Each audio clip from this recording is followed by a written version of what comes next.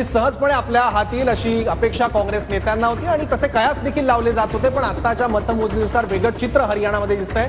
46 जागांसह भाजपचे उमेदवार आघाडीवर आहेत। सुरुवातीच्या कलानुसार बहुमताचा आकडा भाजपने गाठलेला आहे आणि 13 जागांचा फरक आहे आता काँग्रेस आणि भाजपमध्ये। बहुमताचा आकडा आहे 46 आणि भाजपला 46 जागा या कलानुसार मिळालेल्या दिसत आहेत। अर्थात यात आणखी बदल होऊ शकतो जशी जशी मतमोजणीचे टप्पे आणखी पुढे येतील आणि चित्र आणखी स्पष्ट होत जाईल। तर जम्मू काश्मीरमधलं आपण बलाबल बघूयात। नॅशनल कॉन्फरन्स आणि काँग्रेस आघाडी सध्या 46 जागांवर आघाडीवर आहे। जम्मू काश्मीरमधला सुद्धा बहुमताचा आकडा आहे 46। त्यामुळे काँग्रेस आणि नॅशनल कॉन्फरन्सने जम्मू काश्मीरमध्ये बहुमताचा आकडा गाठलेला आहे। इथलं चित्र फार बदलताना दिसत नाहीये, 1-2 जागांचा फरक येताना दिसतोय। पण पीडीपीला मात्र 3चा आकडा ओलांडता येत नाहीये। केवळ 3 जागांवर पीडीपीचे उमेदवार आघाडीवर आहेत, तर भाजपचे 26 भाजपचे उमेदवार प्रामुख्याने आघाडीवर आहेत, ते म्हणजे जम्मूमध्ये।